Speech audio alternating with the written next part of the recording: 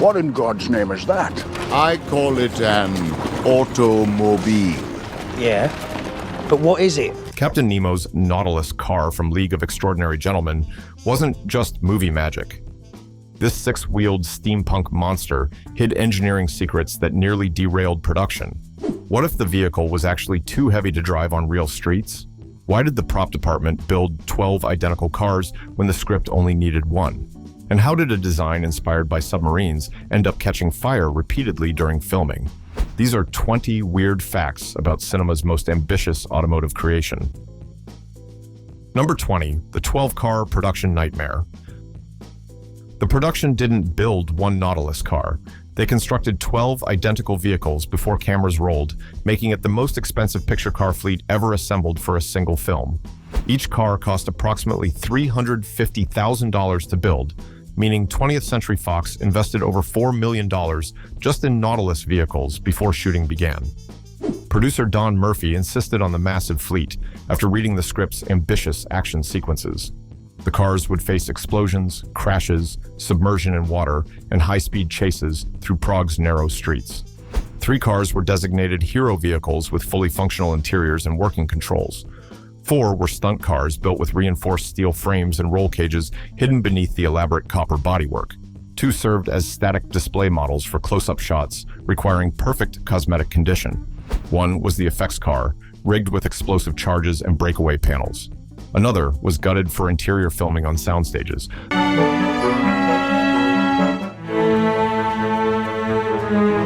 The final car existed solely as a parts donor. Production designer Carol Spear coordinated construction across 3 countries. Czech workshops built the chassis and mechanicals.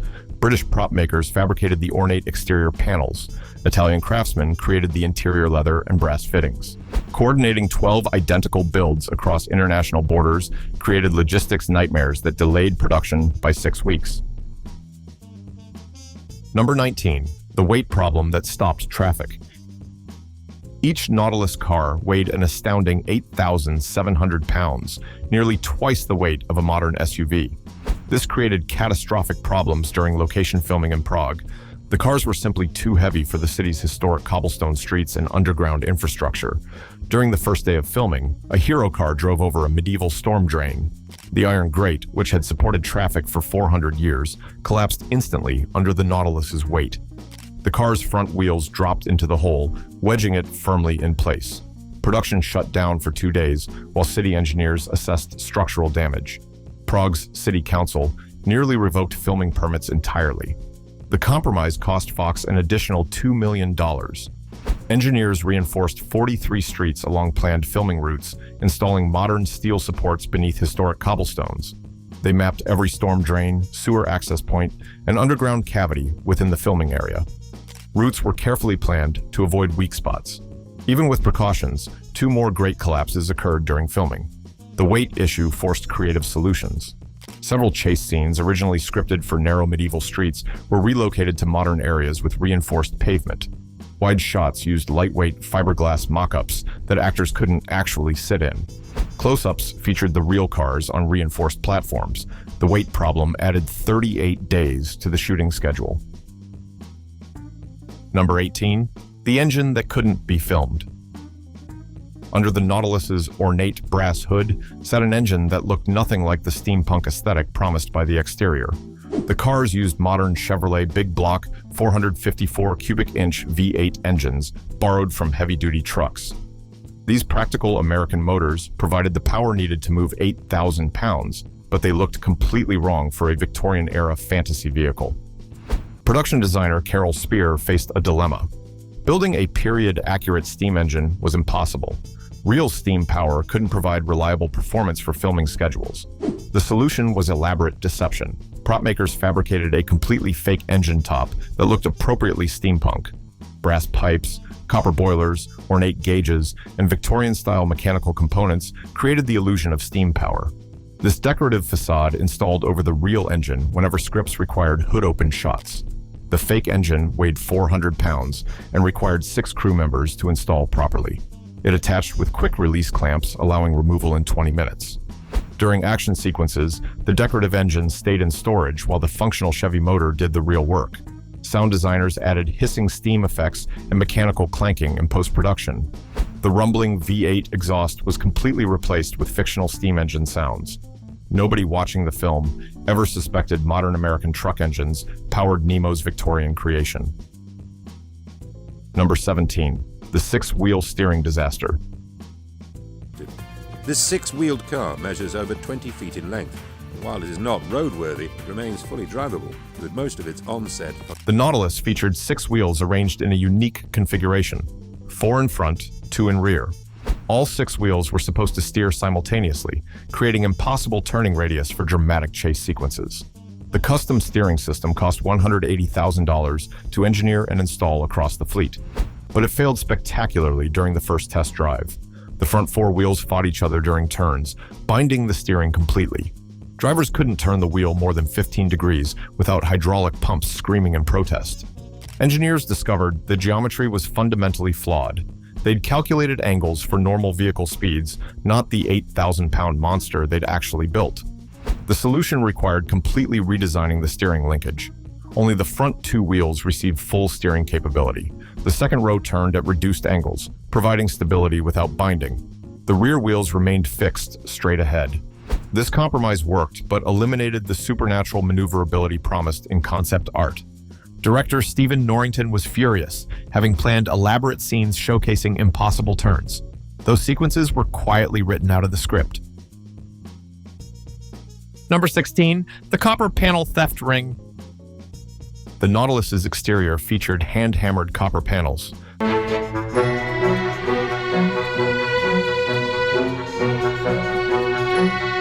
That looked authentically Victorian. These weren't cheap theatrical props. Craftsmen had spent months creating genuine metalwork using traditional techniques.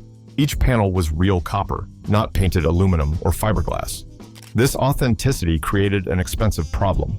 Copper prices in 2003 made each exterior panel worth between $800 and $3,000 as scrap metal. A theft ring operating around the Prague filming location realized they were looking at mobile copper mines. Over 6 weeks, thieves stole 47 panels from cars parked overnight at various locations. Security was tight around hero vehicles, but stunt cars received less protection. Thieves used battery-powered grinders to cut panels free, operating quickly in the pre-dawn hours. Fox initially didn't notice, assuming panels were damaged during stunts and sent for repair. When the pattern became obvious, private security was hired at enormous cost. 3 thieves were eventually caught trying to sell panels to a scrapyard. Czech police recovered 22 panels, but 25 were already melted down. Replacement panels cost $93,000 and delayed filming. Number 15. The brake system that caught fire. Stopping 8,000 pounds required extraordinary braking power. Engineers installed massive brake systems borrowed from commercial trucks using drums nearly 18 inches in diameter, but they miscalculated heat dissipation during repeated stops. The ornate copper bodywork acted like an insulated blanket, trapping heat around brake components. During the first major chase sequence, a hero car's brakes literally caught fire after 7 consecutive hard stops. Flames erupted from the rear wheels, igniting wooden set pieces nearby. Fire crews extinguished it quickly, but the incident terrified cast and crew. Engineers added ventilation ducts through the bodywork, hidden behind decorative flourishes. They upgraded to even larger brakes with cooling fins. They installed temperature sensors that warned drivers before catastrophic failure. Despite modifications, brake fires occurred 3 more times during production. Stunt drivers developed techniques to minimize brake usage, relying on engine braking and careful speed management. The final chase sequence required 2 days of filming because cars needed 30-minute cool-down periods between takes. Modern viewers never suspect that stopping, not accelerating, presented the Nautilus car's greatest technical challenge. Number 14. The interior leather nightmare. The Nautilus interior featured elaborate leather upholstery designed to evoke Victorian luxury. Italian craftsmen spent 4 months hand-stitching genuine leather across seats, walls, and ceiling panels. Each interior cost $67,000 to complete. The leather looked magnificent on camera, but created unbearable conditions for actors during filming. Prague experienced a historic heatwave during production, with temperatures exceeding 95 degrees Fahrenheit. Inside the sealed cars, temperatures climbed past 120 degrees. The leather absorbed and radiated heat like a furnace. Sean Connery, playing Captain Nemo, filmed several interior scenes, and emerged drenched in sweat after just 15 minutes. The leather stuck to actors' skin and period costumes, making every movement uncomfortable. Makeup artists constantly repaired melting makeup between takes. The production tried air conditioning units, but they couldn't overcome the greenhouse effect created by copper panels and glass windows. They attempted cooling the leather with ice packs between scenes, but condensation damaged the expensive material. Crew members rotated actors through multiple identical interiors, allowing each to cool while another filmed. The leather also retained odors terribly. Actors' sweat soaked into the material, creating increasingly unpleasant smells as filming progressed. By week 3, the hero car interior smelled so bad that air fresheners were permanently installed. Post-production interviews reveal Connery's frequent complaints about the torture chamber interior. The beautiful leather upholstery looked perfect on screen while making actors miserable throughout production. Number 13. The headlight bulb crisis. The Nautilus featured 24 ornate brass headlights arranged across the front end, creating a distinctive insect-like appearance. Each headlight required custom-made bulbs that production designers specified to match the Victorian aesthetic. These weren't standard automotive bulbs. They were hand-blown glass units manufactured by a specialty company in Germany. Each bulb cost $240. The problem emerged during the first night shoot. The vibration from the Chevrolet engine shattered bulbs constantly. After just 2 hours of filming, 16 bulbs had failed. At $240 each, plus overnight shipping from Germany, replacing broken bulbs became financially catastrophic. The production had budgeted for occasional bulb replacement, not wholesale destruction every filming session. Electricians tried mounting bulbs with rubber isolation, but vibrations still caused failures. They experimented with modern LED replacements, but the light color looked wrong on camera. The breakthrough came from an unexpected source. A Czech grip suggested filling the headlight housings with clear silicone gel. The gel dampened vibration while allowing light transmission. It worked perfectly. Bulb failures dropped from dozens per night to just 2 or 3 per week. The modification required removing, filling, and reinstalling all 24 headlight assemblies on every car. The process took 4 days per vehicle, but saved an estimated $130,000 in replacement bulbs over the production's remaining schedule. Number 12. The Transmission Destruction Derby. The Nautilus cars devoured transmissions at an apocalyptic rate that shocked even experienced mechanics. Each car used a heavy-duty Allison automatic transmission borrowed from commercial buses and garbage trucks. These industrial-grade units were designed to handle abuse, rated for vehicles up to 12,000 pounds. But the combination of 8,000-pound weight and aggressive stunt driving overwhelmed them completely. During the first month of filming, production replaced transmissions in 9 of the 12 cars. The failures followed a pattern. Hard acceleration combined with sudden stops created catastrophic heat buildup. Transmission fluid would literally boil, destroying clutch packs and torque converters within hours. Mechanics initially blamed defective units, but failures continued with replacements. Engineers discovered the real problem was cooling. The elaborate copper bodywork blocked airflow to transmission coolers. Heat had nowhere to escape. The solution required major modifications. Fabricators cut ventilation channels through the floor pans, carefully hidden beneath interior carpeting.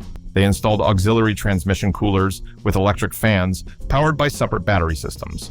They upgraded to synthetic transmission fluid rated for higher temperatures. These modifications cost $43,000 per vehicle. Even with improvements, transmissions required complete rebuilds every 6 weeks during active filming. The production maintained a stockpile of rebuilt transmissions, swapping them like Formula One teams changing engines. Total transmission costs exceeded $800,000, a line item that shocked Fox executives reviewing final budgets. Number 11. The custom tire catastrophe. The Nautilus required custom-made tires that didn't exist in any manufacturer's catalog. Standard truck tires looked too modern for the Victorian aesthetic. Production designers sketched period-appropriate wheels with narrow profiles and tall sidewalls.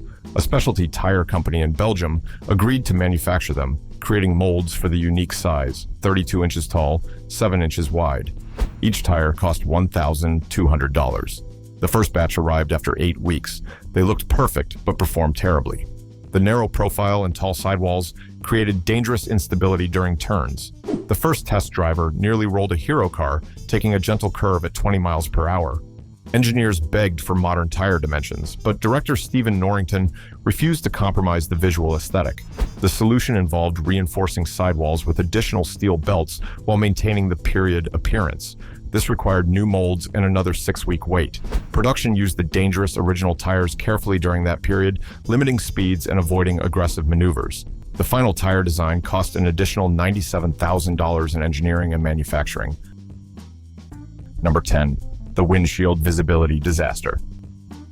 The Nautilus windshield was nearly vertical and heavily tinted, creating abysmal forward visibility for drivers. This Victorian-inspired design looked dramatic, but proved dangerously impractical. Stunt drivers complained they couldn't see more than 30 feet ahead clearly. The tinting reduced light transmission by 60%. The vertical angle created severe glare from any light source. Combined with the long hood and ornate brass fixtures blocking sightlines, drivers essentially navigated blind during many sequences. Production hired spotters who rode on platforms attached to the cars, radioing directions to drivers through hidden earpieces. This worked until a spotter fell off during a sharp turn, suffering a broken collarbone. Insurance companies threatened to revoke coverage unless visibility improved. The compromise involved installing small, clear windows in the lower windshield corners, carefully hidden behind brass framework. These peepholes provided just enough visibility for safe operation. Eagle-eyed viewers can spot them in certain shots. Drivers still relied heavily on spotters and rehearsed routes, memorizing every turn before filming. Night sequences were particularly treacherous, with drivers depending entirely on spotter guidance. Number 9. The explosive rigging nightmare.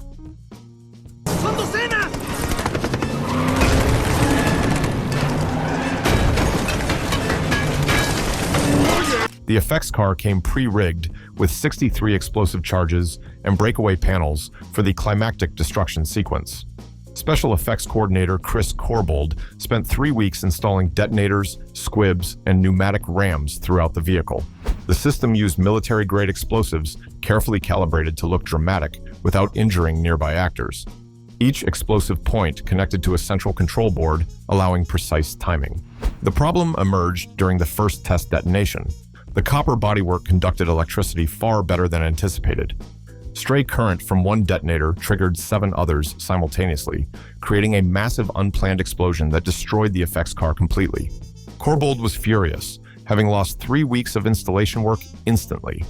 Investigators discovered the copper panels created electrical pathways between isolated circuits. The solution required insulating every panel with rubber gaskets, essentially rebuilding the entire car. This delayed filming by 11 days. The second effects car received extensive electrical isolation before rigging began. Even with precautions, the final destruction sequence required 4 takes because individual charges still occasionally fired out of sequence. The scene ultimately used combined footage from multiple controlled explosions. Number 8. The fuel tank placement fiasco. The Nautilus required massive fuel tanks to feed those thirsty Chevrolet big block engines. Engineers installed twin 50-gallon tanks beneath the floor, providing enough fuel for extended filming sessions. But they positioned tanks directly under the passenger compartment for weight distribution. This created a terrifying safety hazard that insurance inspectors immediately flagged. Any frontal impact could rupture tanks and spray fuel into the occupied cabin. Czech authorities threatened to ban the cars from public streets. Relocating fuel tanks required cutting and rewelding the entire chassis structure. Engineers moved tanks behind the rear axle, adding protective skid plates and foam baffles. This shifted weight distribution dramatically rearward, making the cars prone to fishtailing during acceleration. Suspension had to be completely retuned to compensate. The modifications cost $68,000 per vehicle and added 12 days to the schedule. Even after relocation, the cars achieved terrible fuel economy. The big block engines consumed fuel at 3 miles per gallon during filming. Production employed dedicated fuel trucks following the cars during location shoots, refueling between takes constantly. Number 7. The brass gauge deception. The Nautilus dashboard featured over 40 ornate brass gauges, suggesting complex Victorian engineering. None of them worked. Every gauge was a non-functional prop, beautifully crafted, but completely useless for actual vehicle operation. The speedometer didn't measure speed. The pressure gauges read nothing. Temperature indicators showed random positions. Actors learned to ignore the elaborate dashboard entirely. Real gauges were hidden in a small cluster beneath the steering column where cameras couldn't see them. Drivers relied on this secret gauge pod for actual vehicle information. The fake brass gauges created unexpected problems. Studio lights heated the metal, making the dashboard too hot to touch. Actors learned not to lean against gauges during filming.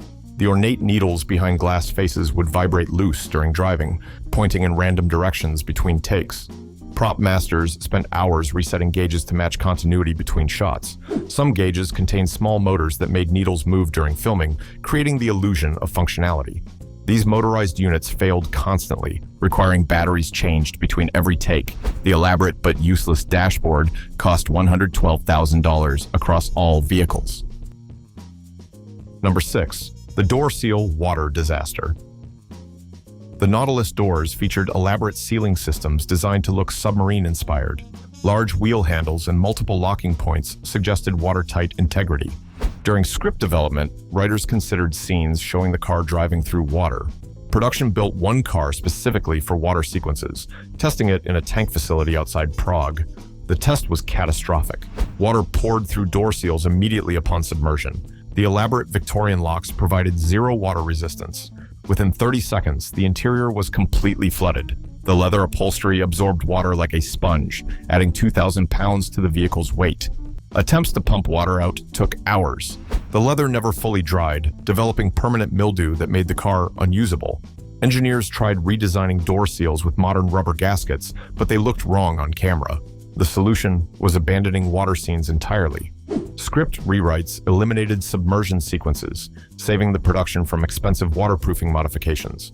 The water-damaged test car was stripped for parts after failing to recover from its brief swim. That $67,000 lesson taught producers that Victorian aesthetics and submarine functionality were fundamentally incompatible. Number 5. The exhaust system poisoning scare. The Chevrolet engines produced enormous amounts of exhaust fumes. Standard exhaust pipes exited beneath the cars, but the enclosed copper bodywork trapped fumes around the passenger compartment. During early filming, actors complained of headaches and nausea after interior scenes. Medical staff tested carbon monoxide levels inside the cars and discovered dangerous concentrations. The elaborate bodywork acted like a chimney, channeling exhaust gases directly into cabin air intakes. This created a genuine health crisis that halted production for 5 days. Engineers redesigned the entire exhaust system, extending pipes 22 inches beyond the rear bodywork. They installed one-way valves preventing backflow and added extraction fans to purge the interior between takes. Despite modifications, actors still experienced mild symptoms during long filming sessions. Sean Connery insisted on 15-minute fresh air breaks every hour. The production provided oxygen tanks backstage for actors feeling lightheaded. Modern workplace safety regulations would have banned these vehicles immediately, but 2003 standards were less stringent. The exhaust modifications added $39,000 to each vehicle's cost. Number 4. The transport logistics nightmare. Moving 12 Nautilus cars between filming locations became a production within the production. Each car measured 22 feet long and 9 feet wide, too large for standard car trailers. The ornate bodywork couldn't be removed for transport, meaning the cars traveled fully assembled. Fox hired specialized heavy equipment transporters normally used for industrial machinery. Each transport cost $4,300, and the cars required constant relocation between Prague locations. The elaborate copper panels couldn't touch anything during transport without damage. Transporters built custom cradles lined with foam padding for each vehicle. Loading one car onto a trailer required 6 crew members and 45 minutes using precise choreography. The cars were too wide for many Prague streets, requiring special permits and police escorts. Twice, transporters got stuck in medieval archways, requiring partial disassembly to extract them. One transport company refused to continue after damaging bodywork, forcing production to find replacements mid-shoot. Total transport costs exceeded $700,000, a budget line item nobody anticipated. Number 3. The falling decorative parts crisis.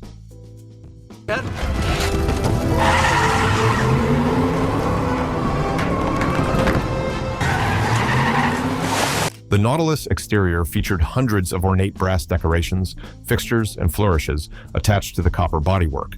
Craftsmen had soldered, welded, and bolted these details in place during construction, but vibration from the powerful engines shook decorations loose constantly during filming. Brass pipes, ornamental valves, decorative rivets, and elaborate scrollwork rained off the cars during every driving scene. The first major chase sequence left a trail of brass parts scattered across 3 blocks of Prague streets. Crew members followed with brooms, collecting fallen pieces like metal confetti. Some decorations were welded more securely, but this created visible scars on the copper panels. Others were attached with modern adhesives that failed in Prague's temperature extremes. By week 4, every car was missing significant decorative elements. Continuity became impossible as cars shed different parts in different sequences. Prop makers worked overnight shifts manufacturing replacement decorations, but couldn't keep pace with losses. The production ultimately gave up on continuity, accepting that each car would look slightly different in various scenes. Close examination reveals dramatically varying levels of decoration throughout the film. Number 2. The steering wheel authentication scandal. Functionality.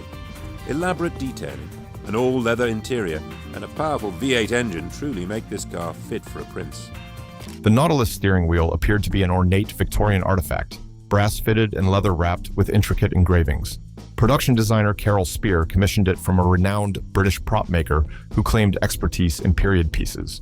He charged $47,000 to manufacture 12 identical wheels, presenting impressive documentation of Victorian steering mechanisms. The wheels looked magnificent on camera, featuring elaborate brasswork and aged leather that screamed authenticity. 2 years after the film's release, an automotive historian published an article identifying the steering wheels as complete fabrications. The engravings were copied from Art Nouveau picture frames, not Victorian machinery. The brass fittings used modern screws visible in high-resolution screenshots. The leather aging technique was theatrical makeup, not genuine wear. The prop maker had essentially invented Victorian steampunk aesthetic rather than researching actual period technology. Fox investigated but found the maker had closed his workshop and disappeared. The steering wheels remained beautiful frauds, convincing millions of viewers while containing zero historical accuracy. Sometimes the best movie magic is complete invention presented with absolute confidence. Number 1. The surviving car's secret location. Here's the craziest part of the entire Nautilus story. One hero car vanished from Fox's inventory immediately after filming Wrapped in 2003. Studio records showed 11 cars accounted for, 3 scrapped, 4 sold to collectors, 3 donated to film museums, 1 destroyed during publicity events. Hero car number 2 simply disappeared. For 15 years, collectors searched desperately, checking private collections and prop auctions worldwide. Rumors placed it everywhere from a Dubai warehouse to a Japanese car museum. In 2018, a film preservation society discovered it hiding in a Czech farmer's barn outside Prague. A transportation worker had purchased it for $8,000 as surplus equipment, intending to convert it into a mobile workshop. He'd removed the interior leather, stripped some brass decorations, but never completed the conversion. The farmer stored it under tarps for 15 years, completely unaware of its value. Collectors offered $2 million immediately. The farmer refused, instead donating it to Prague's National Technical Museum, where it underwent a 4-year restoration. It now displays as the centerpiece of their film history collection, authenticated and insured for $3.7 million. There you have it, 20 weird facts about Captain Nemo's Nautilus car that even League of Extraordinary Gentlemen fans never knew. Which fact shocked you most? Drop your thoughts in the comments below. Don't forget to like and subscribe for more movie vehicle secrets. Until next time, keep those steamworks running.